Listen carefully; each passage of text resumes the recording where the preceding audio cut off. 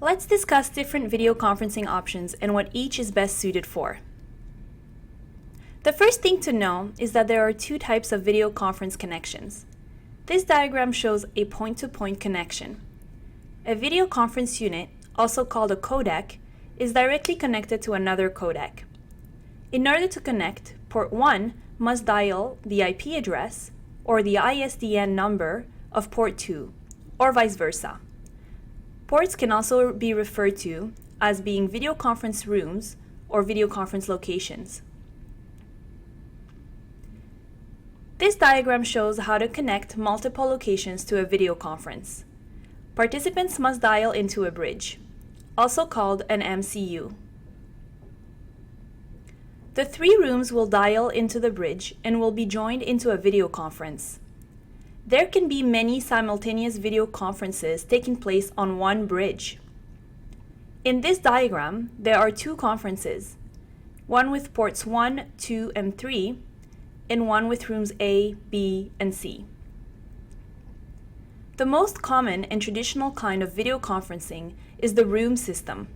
It requires a room, a big screen TV, and a codec with camera and speakers.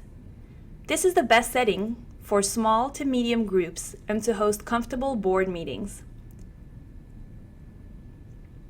A person can also connect using a desktop and a webcam. The quality of the image will depend on the webcam used. The user must have internet and a program that is able to connect to a video conference bridge. This is a good solution for someone who is in a remote area and who cannot have access to a video conference room. Desktops, phones, and tablets all need to use a program to connect to a bridge. Famous programs like Skype and Google Talk can be used. However, most companies and governmental organizations will prefer to use a private premise-based software to enhance security and control settings. These are screenshots from a Skype connection to a video conference bridge. Collaboration endpoints are known for combining video with data sharing. They are mostly used in large university rooms and for telemedicine practices and research. The setup of these systems can be more complex and, depending on the need of the users, can be more expensive as well. Telepresence is referred to as a special setup where a meeting room is extended virtually. A half-circle table will have 3 or more large TV screens and codecs connected to other locations. It is created to provide a powerful and realistic sense of being physically together. Telepresence is very costly, and it is hard to find locations with this setup for rent.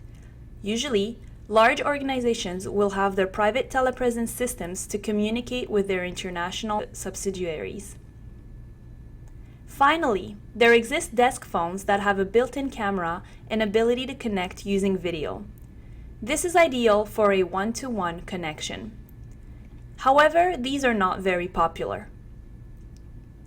To know what the best video conference options are for you, consider what type of experience you're looking for and what kind of technology do the participants have access to. For more information, contact Canada@choruscall.com or call 1-800-319-3929.